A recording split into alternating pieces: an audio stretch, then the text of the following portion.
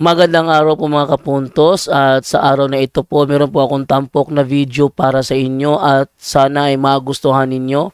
Kaya sa mga bago pa po sa aming channel, please po don't forget to hit the subscribe button at ang notification bell para maging notified kayo sa bawat video na ilalabas ko sa channel na ito. At bilang kahilingan po ng punto por punto team at naway maintindihan po ninyo, sana po wag nyo pong i-skip yung mga ads sa aming mga video.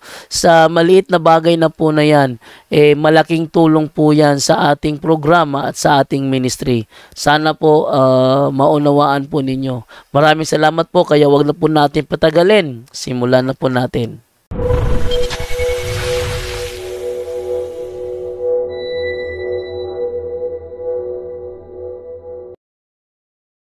Punto por punto since last year pa, pero hindi po ako nakakapasok kasi hindi ko pa alam kung paano mag-add sa Zoom. So I'm very glad na itong opportunity na to ay I'm so happy na nakapasok ako sa punto per punto for the very first time. Okay, so actually I'm a transsexual. I'm a converted transsexual. Bali, meron akong testimony siguro sa linggo. Gusto kong pumasok para ma-enhance o ano ko yung mga nasa LGBT plus community para malaman nila na ang katotohanan ay, mali yung pagiging member ng LGBTQI. So ako po ay isang transsexual, nagpa-opera na pa ako lahat-lahat. Yung katawan ko na bago na lahat. Kaya tinawag na transsexual kasi nagpa-sex change. Okay, so ngayon po, nag-start po ako ng conversion anong last year. Hindi ko po maano yung buwan. Siguro it was September. Nung nakita ko po, napanood ko po yung Our Lady of the End Times na pinanood ko kay Brother Adrian Milag ba yun? So, starting from that, hindi ko ma-explain ang nararamdaman ko regarding sa conversion na ginawa ni Mama Mary sa akin. So, from there, nagkaroon ako ng pagbabago. Dire-diretso yun, 1 week muna na non-stop of crying. Na feeling ko hindi ko talaga may stop yung yung luha ko. Tapos sabi ko kailangan kong magawang magbago. Kasi hindi talaga tama. So siguro yung ginawa ng ng parents ko noon na laging nare-remind sa akin kasi devout Catholic sila. So nare-remind nila sa akin lagi na mali yung talaga yung pagiging isang bakla.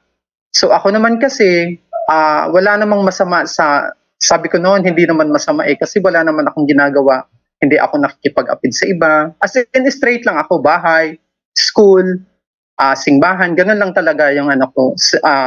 Dahil doon sa parang magulo na yung isip ko, ang ginawa ko ay parang umalis ako sa family ko.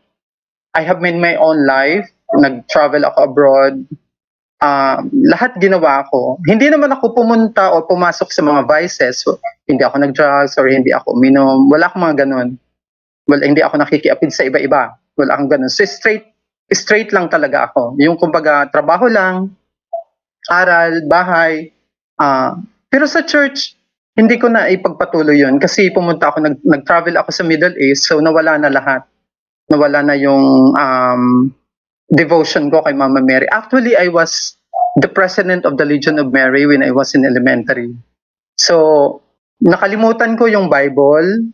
Nawala sa akin lahat. Nakalimutan ko yung rosary. Even yung rosary, hindi ko talaga hindi ko alam kung paano ko mag-start. So, ito lang last year, through the conversion made by Mama Mary, doon lang ako nabago. So, doon ako nag-start ulit mag-rosary, lahat-lahat. At nagno-novena na ako, tapos nag-aaral ako ng mga buhay ng mga santo, pinag-aralan ko. At ngayon, dito sa church namin sa Northern Samar, to be specific sa Lavisares, ay tumutulong ako sa simbahan. Hindi ako nagpapabayad. Nililinis ko lang yung simbahan. Yung sabi ko, offer ko to kay God.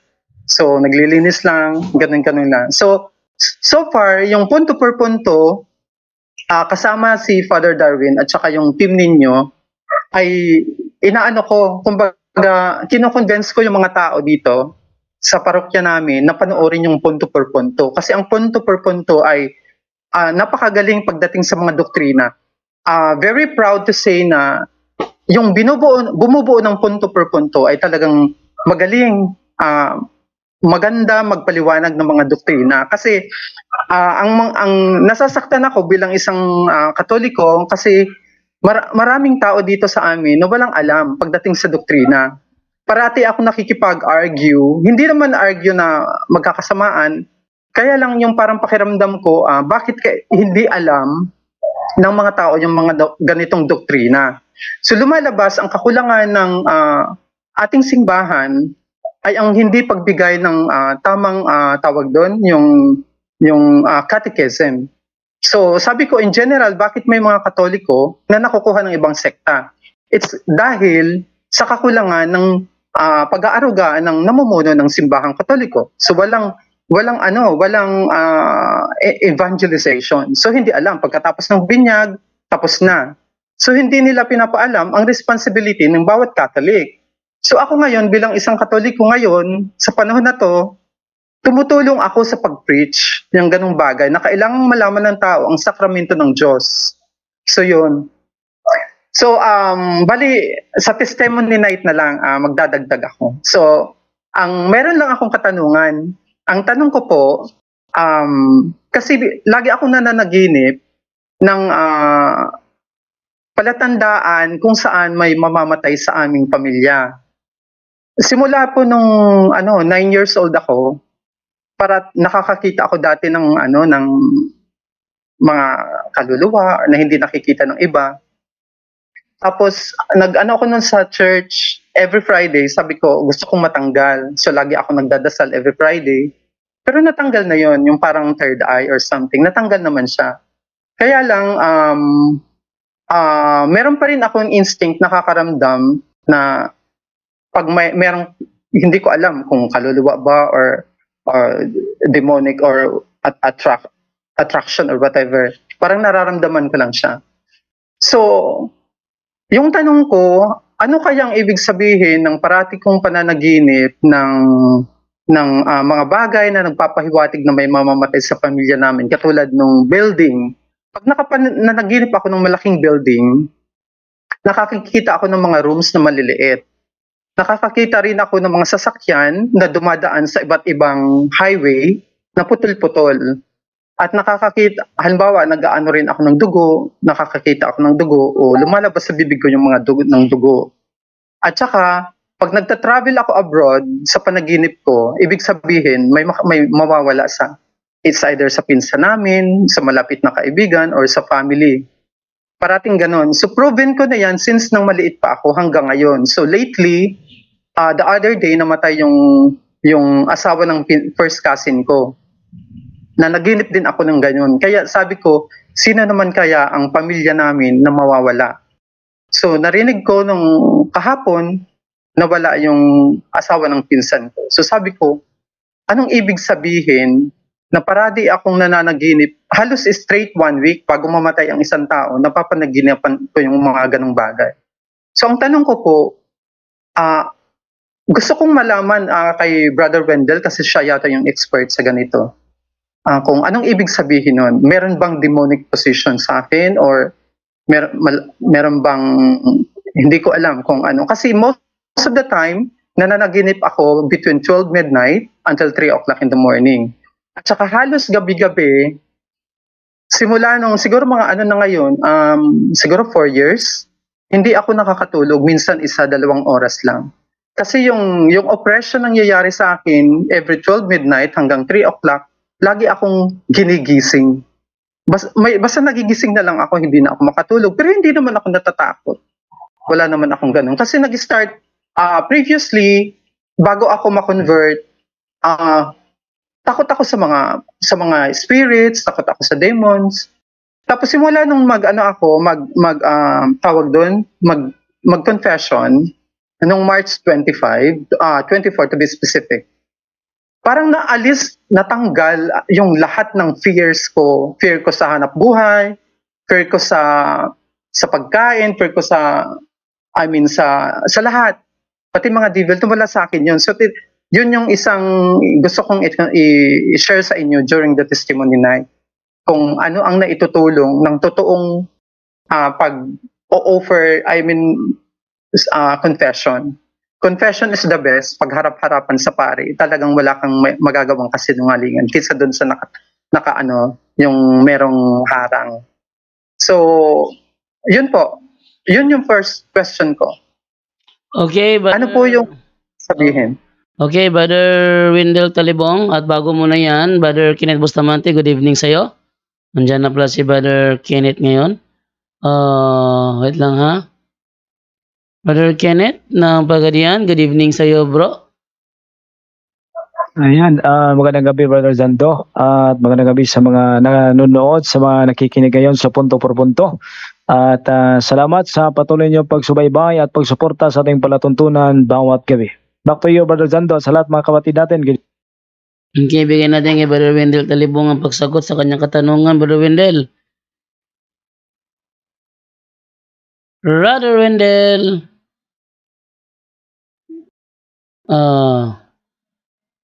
Teka lang muna ha. Brother Wendell. Asan si Brother Wendell? Okay. Mukhang wala si Brother Wendell sa kanya kinauupuan ngayon. May meeting daw sila bro. Meeting daw yata. Sila. Okay, Brother Kenneth. Total, nakatin ka naman doon sa nila, Brother Wendell.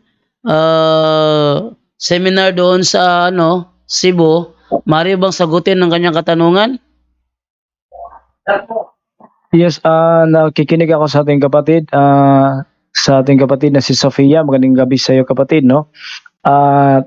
Dito sa pagdating ni Father Darwin, dito sa Pagadian City, Brother Zando, baka naikwento ni Father Darwin na merong ganyan din na simptomas na isang lalaki na yung mahinhin siya at meron siyang sintomas na kagaya mo kapatid, na kung saan na yung grade 1 pa lang siya ay nakakita na siya ng mga kaluluwa. At nang na-examine ito ni Father Darwin dito sa Pagadian, ay nag-react agad dito Brother Zando. Nag-react agad kaagad ito. At yung tinatanong namin ano yung kaniyang mga simptomas, ganun din. Hindi makatulog at merong tinatawag na sumasagabal sa kanya. Pero napakalaking ginawa mong kahalagahan yon, yung pagkumpisal mo, sapagkat yung pagkumpisal ay isa yung paraan. At sa tingin ko, of course, kontaminado yata tayo dyan kapatid. At kung pwede, kung meron kang guide, yung deliverance prayer ni Father Skia, mas mabuti na pagkatapos ng confession, pumunta ka sa Blessed Sacrament at yung mga ginawa mo ay surrender mo doon sa Blessed Sacrament. Merong guide doon na maaari mong gamitin. Dito sa aklat ni Father Skia, itong aklat ni Father Skia, dito sa page 350, sinasabi din dito na merong tinatawag na discerning of private revelation. So mag-ingat po tayo, lalo na yung merong panaginip sa iyo at merong mamamatay at meron namang resulta. Sabi ni Father Skia dito, meron tayong discernment diyan kasi posible din diyan na naging opening sa demonic, no, yung naturang paraan. So ang nakakabuti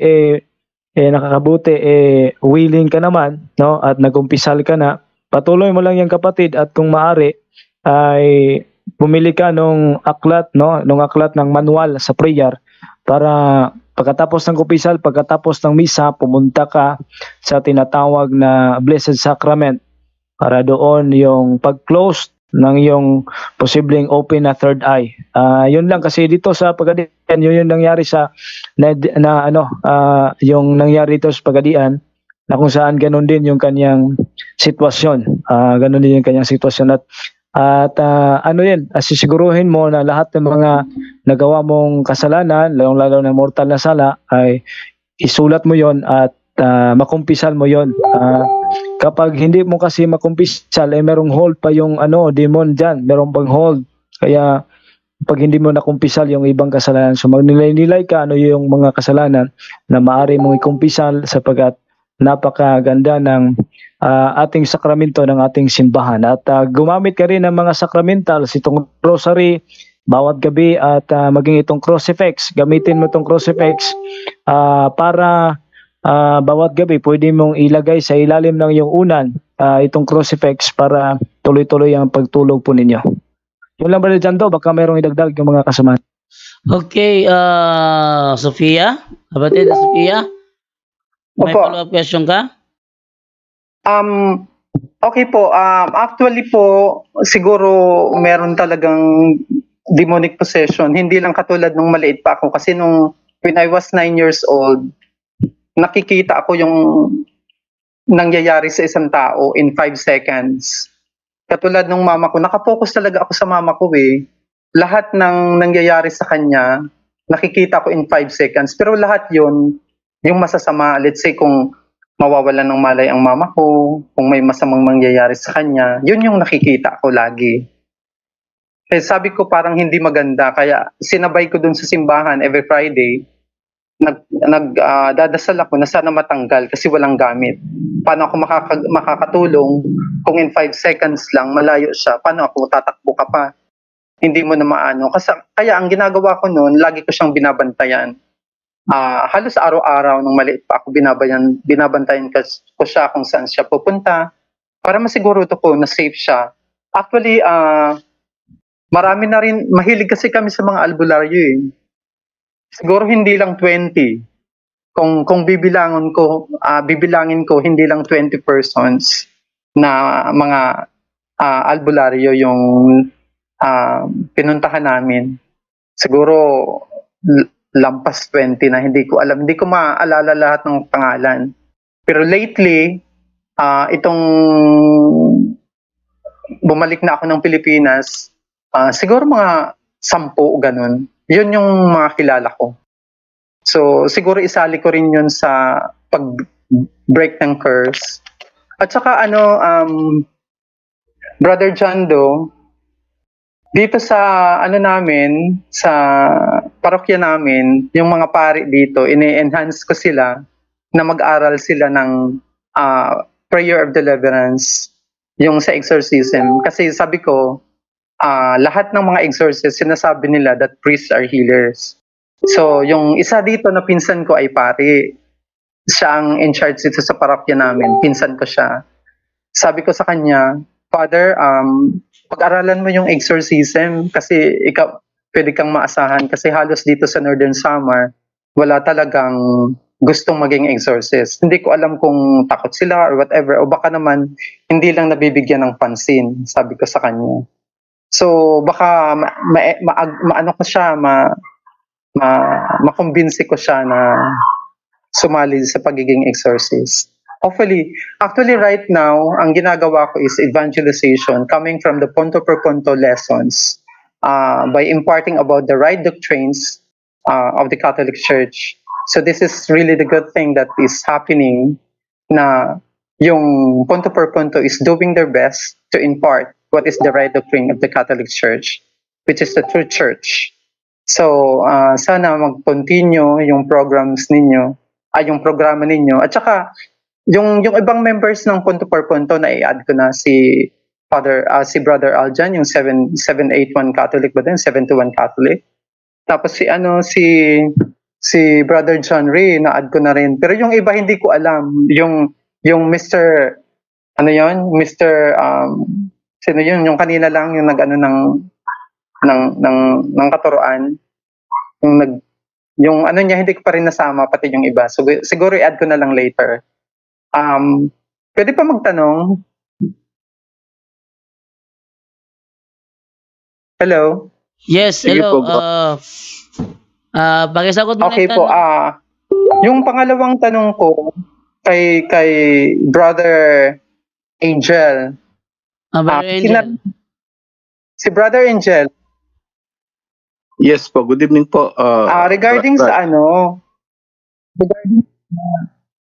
Brother Angel, yung tanong ko ay about sa pag hindi kinasal sa simbahan ay matatawag pa rin nating immoral. Kasi yun yung pinaglalabanan namin kahapon, yung pinsan ko halos mag-away kami. Kasi sabi ko sa kanya, wag mong sasabihin na yung simbahan ay basbas lang sa kasal. Kasi una-una, pag sinabi mong ganun, Diyos ang kalaban mo. Sabi ko, ibig sabihin, hindi mo inuuna ang Diyos higit sa lahat. Sabi ko, kasi sabi mo, basbas lang. Importante pa rin yung kasal sa mayor.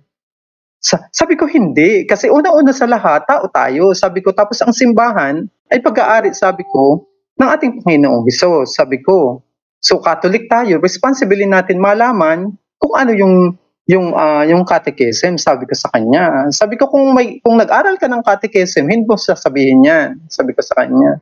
So, Brother Angel, yun lang. Ano bang basihan? Ano bang basis para sabihin natin na ang mga kasal sa huwes, kasal sa mayor, ay matatawag pa rin nating immoral? Sana mayroon si Bro Jando, mayroon ka pa ba nung yung catechism natin? Actually, basic catechism lang yun, librong My First Catechism, no? So, ito po ay may imprimatur ni Father Abriol, no? So, sa natin, sandaan po natin, bakit unang-una, ang sabihin mo sabihin mo dun sa pinsan mo, kasi mas maganda po, kagaya na lagi ko sinasabi rito, kapag gusto natin bigyan ng konting yung mga tao, siguro mas maganda may batayan. Yan. So, Brad Jando, yung nga natin, yung catechism natin about doon sa live-in and civil marriage, talagang medyo yan because actually, katatanong ko lang sa bishop dito sa Japan na ang tawag yan, hindi siya Christian church. So, tanungin mo yung yan ba ay Christian church o it's just an ordinary marriage na galing sa isang ordinaryong tao na hindi sugo ng Diyos. Alalahanin natin, sabihin mo sa kanya, kaya nga dapat kasi may rin tayo, no, may batayan. Alam mo, sa Biblia, ang sinabihan ng whatever you bind here on earth, mga apostol. And then, alam mo, ang mga apostol yan, mga pare. Okay? So, whatever you bind here on earth, it will bound to heaven. So, ilista mo po, Matthew chapter 18, verse 18, KJV. Okay? Sana mailista mo. Alam niyo po, basahin mo yan, ate o pinsan, no, kaibigan. Yan, ang sinabi niya, whatever you bind here on earth, it will bound to heaven. Sila po ang magsasabi sa iyo kung silang gagawa ng sacraments of matrimony. Yan ay sakramento. At i-initiate yan ni Jesus mismo dahil siya mismo nagsabi sa mga to. At itong mga apostol, sila po ay mga pari. O saan mo babasa yung mga pari? O Roma 15:16. O si Apostol Pablo, ang tawag po sa kanya ay pari. At sa lahat yan, magmula noon, ang apostolic succession niya hanggang ngayon nasa Catholic Church. Sila po ay mga pari ng Diyos. Kaya nga, kapag pinili mo magpakasal sa civil, hindi po siya pari ng Diyos. So doon pa lang po, magkakaproblema ka na. Kaya nga, sa catechism natin, ang tawag dyan, public sinners pa rin, live-in or civil marriage. Hindi kung sino-sino magkakasal sa'yo, kung biblical ang pag-uusapan ate o sino man, ang sabi niya rin sa mga apostol, whatever you bind here on earth, it will bound to heaven. Ang binigay niya, apostol, at sila yung mga sacerdote or pari, kaya kahit basahin mo yung Biblia. At sa catechism natin, napakaraming yan. May tinatawag nating fornication, may tinatawag natin adultery. Yung fornication, ano ba yung fornication? Yun po ay magiging sex outside marriage. So unmarried men, unmarried woman na nakikipagtalik. And hindi kayo basbas ng simbahan. Sino nagbasbas sa'yo? Si Mayor. Tanong, siya ba'y lingkod ng Diyos? No? So, doon pa lang, medyo magkakaproblema ka na. Siguro, ano ba yung pinaka-the best na sabihin? Kailangan kasi mayroon tayong isang na batayan sa kanya talaga na yung, alam mo yung parang eksaktong punto na talaga magigising siya o Una-una, siguro sabihin mo na lang, tanong mo kay Father yan kung pwede kang magkumpisal at mag-communion kung civil ka lang. That's one medyo para matauhan siya. Tanungin mo kay Father, sabihin niyan tapat. Kasi nangyayari sa mga tao, nahihiya, so bibigyan sila ng absolution, ng kumpisal, bibigyan ng communion, hindi alam ng pare, na sila ay minsan nga naglilingkod sa simbahan, live-in. Kasi hindi sila na-check, na-background check. Kasi ang kumukuha lang sa kanila mga coordinator. So hindi naman very alam naman sa ganyan, yung iba makahanap lang ng magbabasa, lay minister, makahanap lang, but the background check wala. No? Pagdating sa moral check, wala po yun. Kaya marami nakakalusot. Kaya nga sabi ko nga dati, inuulit ko, yung dati kong nung lay minister pa ako sa Pilipinas, kinausap ko yung mga makasamahan ko, binasahan ko sila. No? Nung binasahan ko, ganun ba, Brad? Yes, sabi rito, at mayroon nakalagay na magpakasal. At kanino ka magpakasal? Nakalagay, sabi nga ni Jesus, kung anong pinagsama ng Diyos. Siyempre, pag pinagsama ng Diyos, dapat lingkod ng Diyos at sa tahanan ng Diyos. Malinaw yon. At ang sinabihan niya, mga apostol, mga pari ng Diyos. Hindi kung sino-sino mayor. Walang connection yon sa Christian church po. Christian wedding ang tawag dyan. Catholic Christian wedding or church wedding. Wala siyang connection doon, kaya hindi po siya pwedeng papasa doon sa sinasabi nga legal sa Diyos. Legal yon sa gobyerno lang. But sa Diyos, that's mortal sin. You're a public sinner. Tanungin mo sa kanya, sige, kung ayaw mo maniwala, una-una, Bible, sinabi ni Jesus, ang magbabind and loose dito, apostol. Matthew 18:18, basahin mo. Sila po yung mga pari at connected yan, ang succession yan dito sa Roman Catholic Church, mga kaparian natin. Outside that, kahit nga po yung civil marriage lang din, yung mga protestanting kasal, kasi hindi sacrament ang ginagawa ng mga pastor. Sila yung nagbasa lang, nagbasa ng Biblia, nagtayo na sariling iglesia niya, nagparehistro, umuha ng lisensya para magkaroon ng marriage to license to marry lang, doon lang. But mo yung niya, yung punot dulo, sino nagkasal sa kanya, sa kanyang iglesia tinayo? Tama po ba? Sino nagkasal sa kanya? Wala. Sino nagbinyag sa kanya? Wala. Pero nagkakasal siya. See? Doon pa lang makikita mo, pero nagbibinyag siya. Anong ginawa niya? Nagbasa lang ng Biblia. Walang connection kay Jesus. Walang connection sa mga apostol.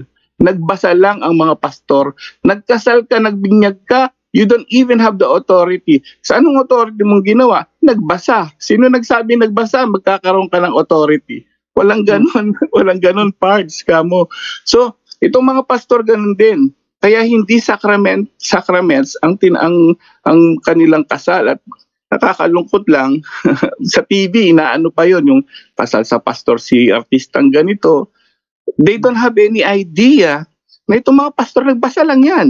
Tapos nagkasal na. Sino nagsabing magkasal ka? Sino nagsabing di ba? So, ganun din, lalo na sa mga mayor, lalo na si mayor babaero, corrupt. O paano yun? Corrupt, babaero, lasenggo si mayor. Kakasal ka, palagay mo sa Diyos ba yun? Di ba? Sa authority pa lang ng simbahan, wala na. Bagsak na, yes. Sa authority pa lang ng simbahan, bagsak na si mayor. Tandaan po natin legal po si mayor sa kaya dati, mag-aano ko niyan, magtatapik ako niyan, bakit ka magpapakasal sa civil, gagastos ka rin, mortal sin pa, kasalanan pa. Tama? Inuuna nila yung civil. Tama? Gumagastos sila. Yung pamangkin ko, gumastos ng 100,000. Sabi ko, Diyos ko, wala lang alam. Sabi ko, sayang ang pera mo, nagkasala ka pa. Samantalang may simbahan, malapit ang simbahan sa inyo, kung dyan, tandaan mo, ang church wedding, pagkatapos mo kinasal dyan, automatic yon, submit yun sa mayor, diretso sa PSA yon. Yung sa civil, kasal ka sa civil, diretso sa PSA, pero kasalanan sa Diyos, walang connected sa simbahan. Nag-gets niyo po yun? And pag nagpakasal ka sa civil, gumastos ka na ng malaki, kasalanan pa rin, mamumuhay ka lang ng kasalanan. E di yung gastos mo, direct to church wedding na. Sa lahat ng nakikinig ngayon nagpaplano magpakasal, direct to church wedding. Why? Ang gagawin mo lang doon, sasayangin mo pera mo, magkakasala ka pa. Ang problema bro, pag nakamatayan natin, mortal sin yun, delikado pati kaluluwa natin, kapatid. Yun po yung masasagot natin, kapatid. Actually, kasi yung conversion stage ko ngayon, it's like, yung devotion ko ay gusto kong ipaalam sa tao ang kahalagahan ng sakramento ng Diyos. So sabi ko, katulad niyan, yung pagkumpisal, pagpapakasal, confirmation, baptism, lahat yan. So marami akong mga friends na kailangang dalhin ko papunta sa katotohanan. So ang ginagawa ko ngayon, yung binibigyan ko ng pansin ay ang mismong pinuno ng simbahan, yung kaparian namin dito. So sila yung mismo yung nilalapitan ko na sinasabi ko sa kanila, kailangan yung maglagay ng mga tao na magpapanatili na magtuturo, sabi ko ng catechism, yung regular catechism. Hindi pwede magbibinyag nang hindi bibigyan ng catechism ang mga magulang. Sabi ko, huwag nung hahayaan na walang catechism ang magulang bago maganap yung binyagan o yung confirmation or kasal. Sabi ko, dapat malaman muna nila yung mga responsibility nila bilang isang Katoliko. Kasi sabi ko, bakit maraming nakukuha ng mga sulpot? Lahat, di ba lahat ng nakukuha ng mga sulpot, lahat Katoliko naman, di ba? So sabi ko, bakit nandun sa kanila? Kasi sabi kong walang proper evangelization, sabi ko. So ang kasalanan, hindi sa tao. Kasi kulangan silang kaalaman. Saan dapat manggagaling yung kaalaman? Di ba dapat sa simbahan? Di ba dapat doon sa nagtuturo ng catechism? Meron ba ang simbahan? Meron ba ang Northern Samar? Meron ba ang Diocese of Catarman of Northern Samar? Walang ganun. So sabi ko, this is your problem. This is not the problem of every individual Catholic. This is the problem at the church. Sabi ko ng ganun. So kailangan gawa natin ang paraan na maipaintindi sa tao lahat patungkol sa Diyos, patungkol sa kanyang mga salita. So paano malalaman? Father, magpapa-schedule ako, magbibinyag. Okay, schedule. Magkano bayad? Ito yung bayad. Kasal. Padre, pa-schedule ako ng kasal. Ito yung bayad. Ganun lang ba? Bayad-bayad lang? Hindi. Kasi sabi ko nga doon sa mga tao na mga mahihirap na ayaw magpakasal sa simbahan dahil pag simbahan, ang akala nila, malaking pera ang gagastusin nila.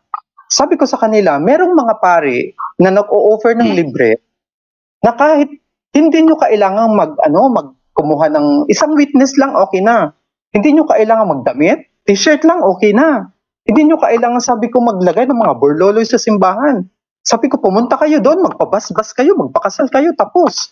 Kasi ang kino-convince ko ngayon, yung mga pare na, Father, kailangan yung gawa ng paraan na magtatanggap kayo ng binyag, magtatanggap kayo ng kasal, kahit walang bayad. Sabi ko sa kanila, dahil kaya natatakot yung mga Katoliko na pumunta sa simbahan at gawin ng sakramento dahil wala silang pambayad. So ako bilang isang Katoliko ngayon, meron kaming organization, ang tawag dyan, Angels of St. John. So kami mga Angels of St. John, this is still unofficial pa rin yung organization namin. So we are trying to be an NGO, non-governmental organization. So hopefully within this year, matapos na yan, para yung aming tungkulin sa simbahan ay magpatuloy. Ang tungkulin ng Angels of St. John ay ipahayag ang katotohanan ng Katoliko. At pangalawa, tumutulong kami sa pagtatayo ng... Wait lang. Mukhang masyadong mahaba. Mayroon ka pang tanong, Brad Sofia? Mayroon ka pang tanong? Ito na lang isang tanong. Kasi sobrang haba marami pa nakahilera na tatanong. Sige po. Ito na lang, isa na lang. Next time naman. Meron kaming isang pare na marami siyang kaibigan na pastor. So sabi niya, dahil kaibigan ko kayo, gusto ko pumunta sa simbahan ninyo at makikinig ako ng inyong gospel.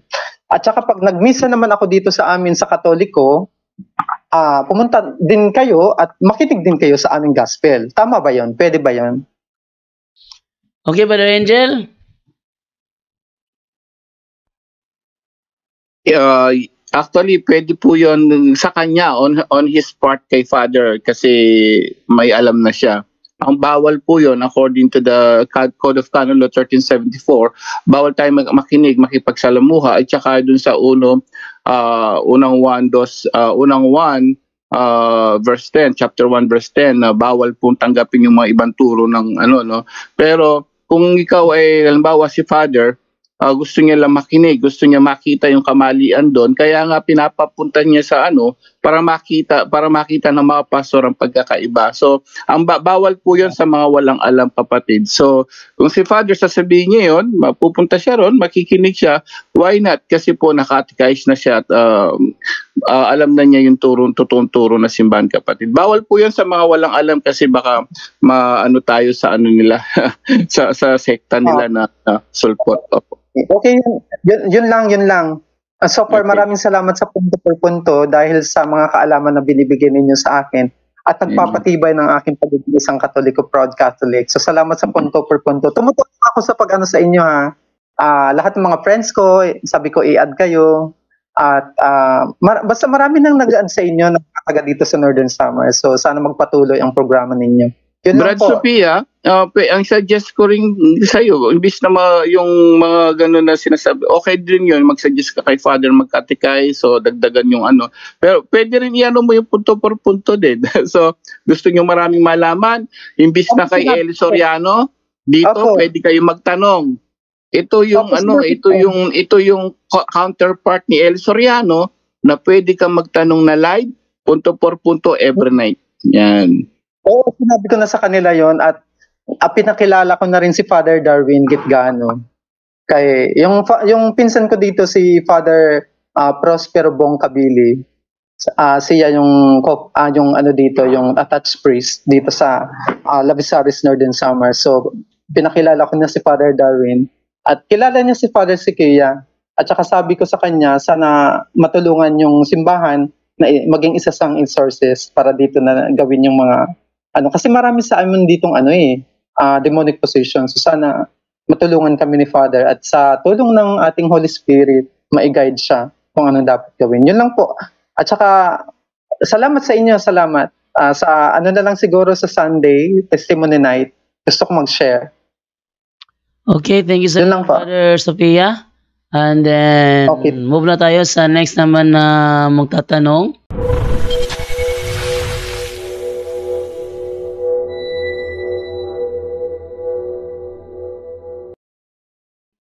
Manso Warren. Hello, good evening. Hello, Manso Warren. Please click unmute. Kung nandyan ka sa kinupuan mo, click unmute. Hello, good evening po. Hello, good evening, bro. Good evening po. Narinig niyo po ako? Yes, narinig ka, bro. Good evening po sa lahat ng mga nakikinig. Nakikinig din po yung asawa ko. Brother, may tanong lang po ako tungkol sa kasi po, yung misis ko nag-ano rin po sa simbahan. Isa po siyang CWL, saka siya po yung, sekretary ng simbahan, saka po siya yung, anong tawag dito, nagbabasa. Ngayon po, kasi po brother Jando, hindi po kasi kami kasal sa sa simbahan. Oh. Kasi dito kami nagpakasal dati sa Maynila. Nabasa namin akala namin Katoliko yung nagkasal sa amin.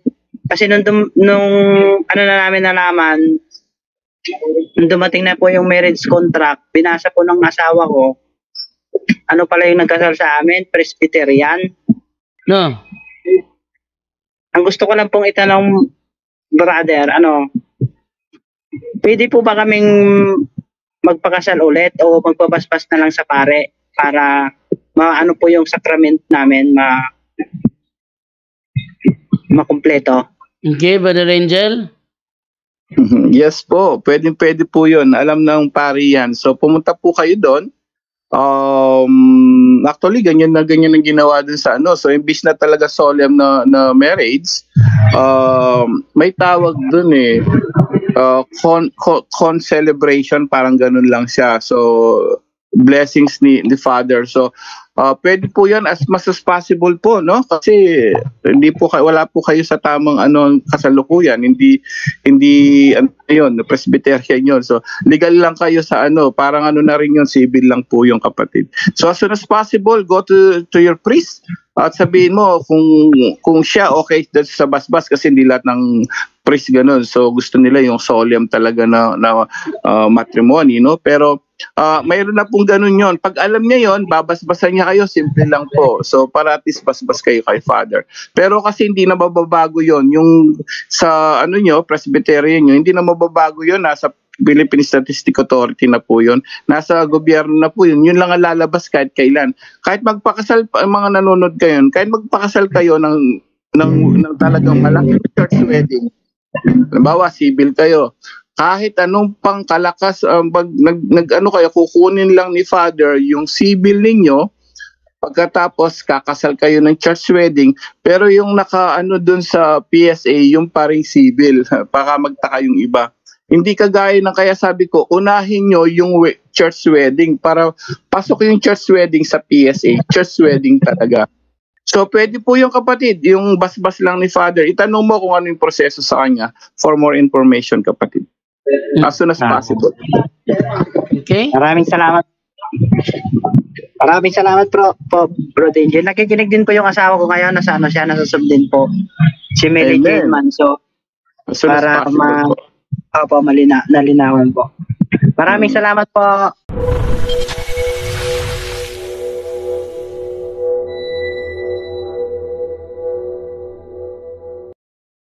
Dito naman tayo ngayon kay ito tayo kay Elmer Bitonia. Elmer Bitonia, good evening. Yes, good evening, bro.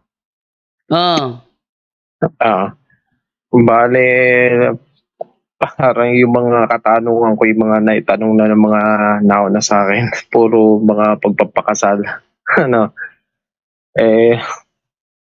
Kasi yung aking girlfriend ang gusto muna sa civil, sa mayor baga. Ngayon ako naliwanagan na mas maganda pa rin talaga siguro nga, mas maganda talaga sa simbahan na agad ang tuloy para hindi na magastusan. Parang ayaw nung girlfriend ko. Parehas naman kami Katoliko. Bale, ang tatanong ko na lang ay bale sa exorcism yung aking katanungan. Kasi may nakausap akong pare sa seminaryo dito sa amin sa Sariaya, Quezon. Ang gusto ng pare ay kami muna daw ay makasal bago exorcise. Tama ba yun? Sa based dyan sa siguro yan ang kanyang patakaran sa lugar nyo, yun ang kanyang yun ang dapat nyong gawin. Pero sa amin kasi dito na i-exercise kahit hindi pa kasal.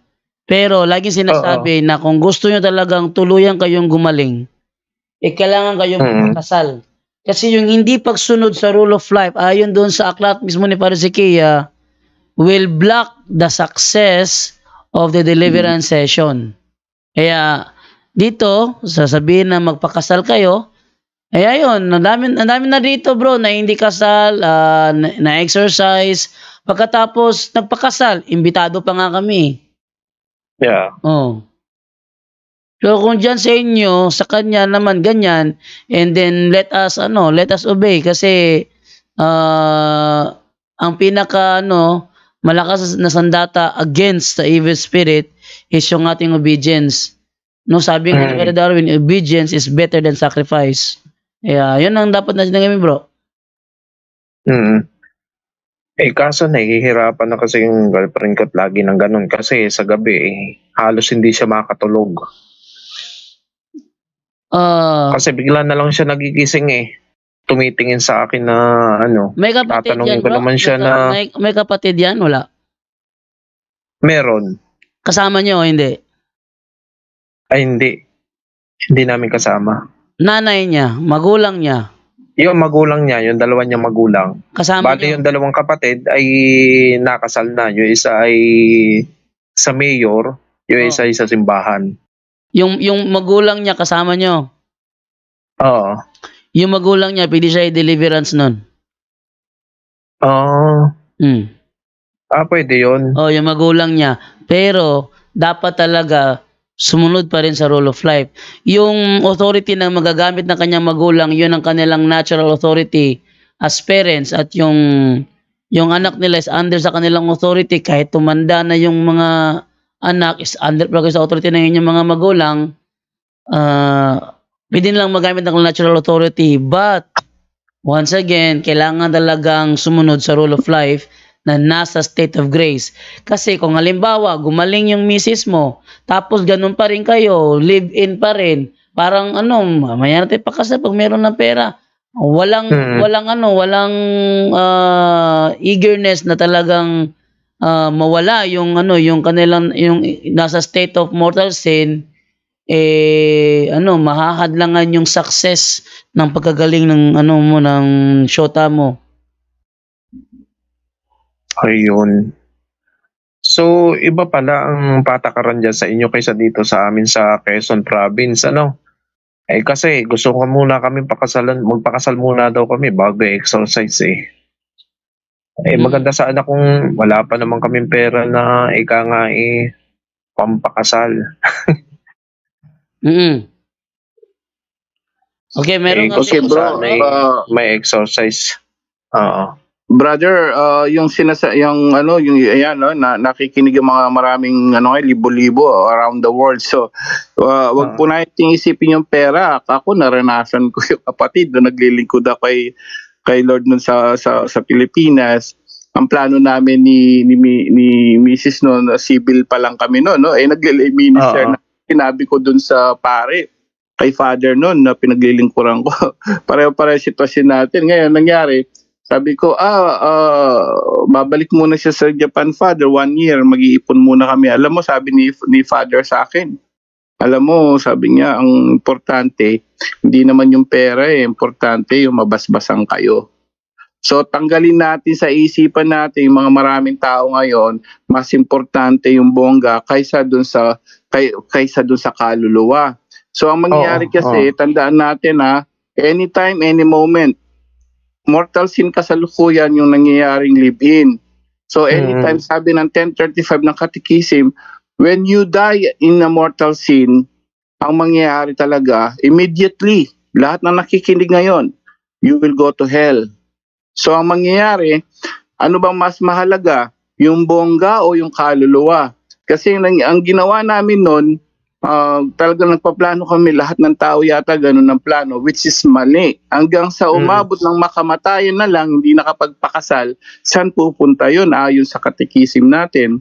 So, delikado po talaga siya ako, diretsahan ako rito dahil ang ginawa talaga namin yun, maniwala kayo hindi, from bonggang plano. Kasi pinatigil din akong pag-delay minister, tigil ka muna hanggat di kayo nababasbasan. Sige, sabi niya, tumigil talaga. Alam mo, bago siya umalis nun, 1 linggo inayos ko. Tapos ilan lang kami, restaurant from bonggang plano, restaurant, wala pa kami 20 yata. Pero ang sarap ng pakiramdam. Bakit? Kasi nabasbasan kayo ng Diyos. Kasi importante kasi po yung basbas. Tingnan mo, ang dami kung ano-ano nangyayari sa inyo.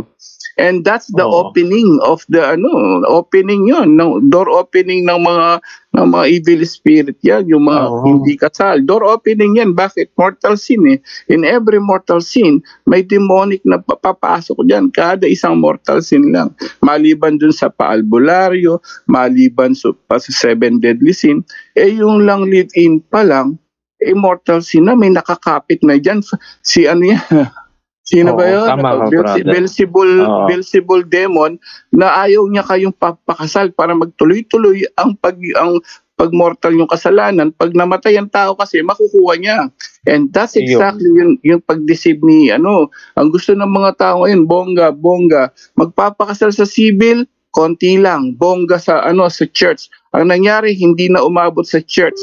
Nawala na aksidente, namatay, binangungot, nagka-cancer. Wala nang chance. anong mangyayari sa kaluluwa natin, kapatid. So, sharing the punto por punto, our purpose here is to save people. Hindi po tayo rito, naghuhusga. But sabi nga ni Jesus, pumunta ako rito para hindi para humatol o humusga, kundi para magligtas. So, yung po kasing maling ng tao ako, nangyari. Pero, inuna kong Diyos. Sabi ko, sige, kahit hindi na bongga-bongga, na lang tayo. 1 week, 2 weeks lang. Natapos namin yung kasal na parang gulong sa amin yun sa Kapampangan. Kami-kami lang. Nakaraos because inuna namin ang basbas ng Diyos na sa konsensya po napakasarap. Sa malinis ang konsensya mo. So makakatingin ka, makakapag-usap ka sa mga tao na without any hindi ka binabagabag ng konsensya mo. So alisin niyo po yan, mga simpleng amount lang, kayo-kayo lang, importante, basbas ng Diyos po. Para po mawala na lahat ang sabi nga yung kamalasan or something. Yung po kasi nagiging door opening Opo. Oo. Talaga Yes. Nangyayari. Kahit sa sarili ko, ako yung gumagawa pa rin ng Yeah. Talagang na nangyayari talaga. Yeah. Door opening yan. So alisin po natin yon. Tagalin natin sa isip, kailangan bonggang-bongga, hindi po kailangan bongga. Mas importante po yung kaluluwa natin, malinis, masave po. Yun po yung purpose naman natin dito sa lupa Because we don't know anytime po, baka hindi natin alam. Kung gising pa tayo bukas, right? So, hindi natin alam. So, unahin po natin yun, kapatid. Salamat po. Isa din yung problema din ng kapatid ko kasi yung kapatid ko kasal sa civil sa mayor. Noong ang bayaw ko siya ay na-depress ng sobra, naakit siya ng MCGI. Ngayon, nagagalit yung magulang ko, hindi sila kasal sa simbahan, ang tatay ko lay minister nakikita niyang ganun, ang kapatid ko hindi pa kasal sa simbahan at sa civil nga. Baka yun din ang dahilan na ayaw magpakasal ng aking bayaw dahil siya naruroon pa sa MCGI. Ang hinahanap kasi din naman yung baptismal hindi makita-kita. O hindi ko alam kung saan na ilinagay yung bayaw ko kung ano ba nangyari. Kailangan ba talaga sa ang baptismal? Kapatid, yung baptismal po, pag hindi makita, ito sa mga tao, baka nahihirapan sa baptismal, pwede po kayo humingi na lang mismo kung saan kayo alam nyo nagpabinyag. Pwede po kayo makiusap na lang doon na talagang magkaroon kayo, siguro kahit isang witness lang o sino man. Pwede yung kahit sino doon bibigyan na kayo ng matanda. certificate, kahit nawala na yung record nyo, bibigyan kayo certificate of baptismal, yung bago. Basta sabihin nyo lang na dito po talaga kami nagpabinyag. Minsan nawawala po talaga yung record sa tanda na, sa tagal. Yun naman pala. Pero pag alam nyo, sa isip nyo, doon kayo lumaki, doon kayo nagpabinyag, pwede nyo po kausapin yung parish priest, kapatid, pipirma nyo yun. Certificate mismo doon sa lugar na yun, yes. Brother. Opo, pwede po yan. Pakuha nyo sa nyo at pakiusapan nyo, bibigyan kayo. Kung talagang sigurado kayo, ako ganun po, nawala yung record ko. Pinakausapan po ng ko, binigyan ng certificate of baptism na bago, pinirmahan ni Father, bagong-bago lang po. Ayun. Pwede po yung kapatid. Yun, salamat. Po. Salamat sa Diyos. Siya, imbitado kayo sa kasalan. Sige. Salamat, brother.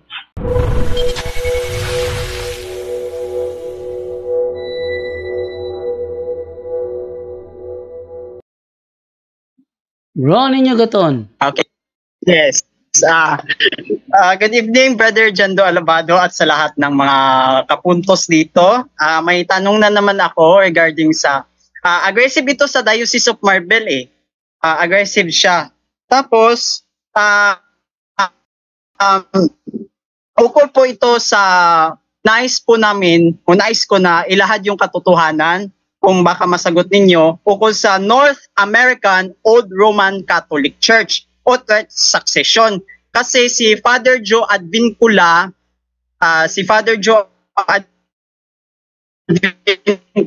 nagpalabas ng mismo sa Wikipedia at sa ni Cardinal Advincula was not in full communion in the Catholic Church. And also, sana masagot ninyo. And also, I wanted to pay attention to Board of Governors kasi dapat ito pag-usapan ito sa Board of Governors ng Catholic Faith Defenders. Itong ukol sa Old Roman Catholic Church or North American Old Roman Catholic Church Otlet Succession. Kasi aggressive sa Marvel. Brother Kenneth, may alam ka ba dyan sa pinagsasabi ni Brother Gaton?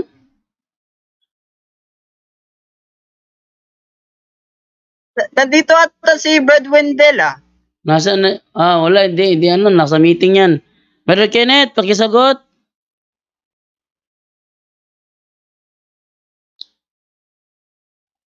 Yan siya. Wala si Kenneth? Okay, Wala so din. tingnan natin kung nandiyan mo ba. Brother Wendell? Wala na si Kenneth. So, anong tanong mo bro? Pakiulit yung tanong mo.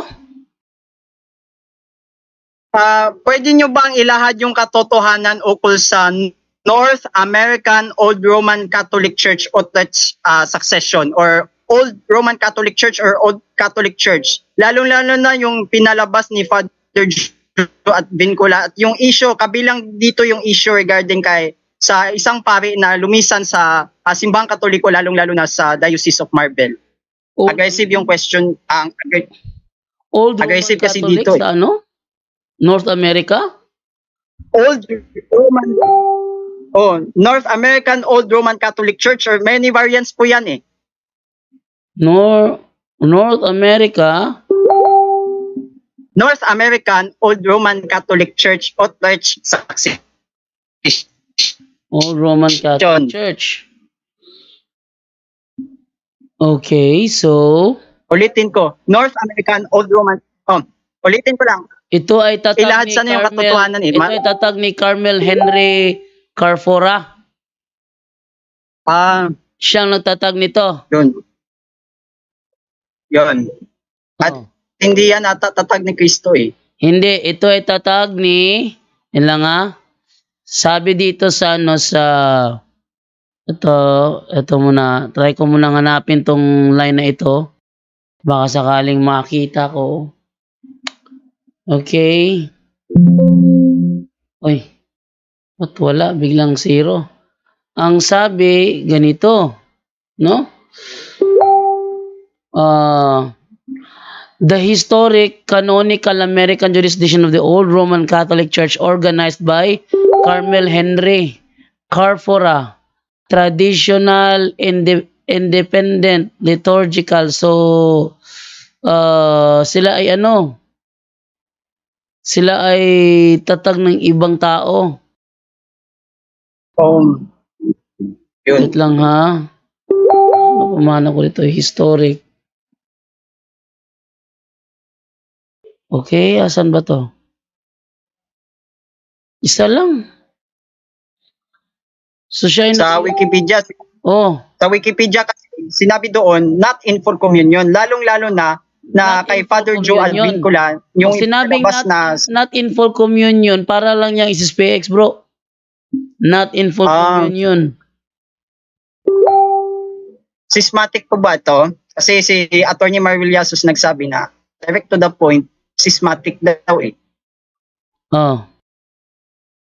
Basta yun bro, masyadong palaliman, wala akong tungkol sa bagay na yan, kung palaliman pa ng gusto, ang alam ko lang, iba ng tatag niyan.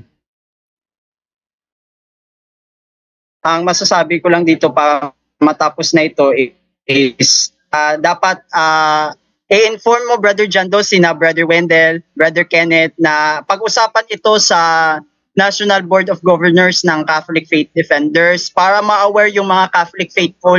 Kasi marami ang nadidisip dito, lalong-lalo na sa Diocese of Marble. May isang pari na lumipat yung sa North American Old Roman Catholic Church na kung saan hindi naman yan tatag ni Kristo So, yan ang ipapaalala ko kay kina Brother Wendell at ni Brother Kenneth, mga National Board of Governors ng CFD or Catholic Faith Defenders, na sana po ay erase niyo itong issue, i-resolve ito through a resolution para maagapan at para maiwasan na ma-deceive ng mga mananampalatayang Katoliko.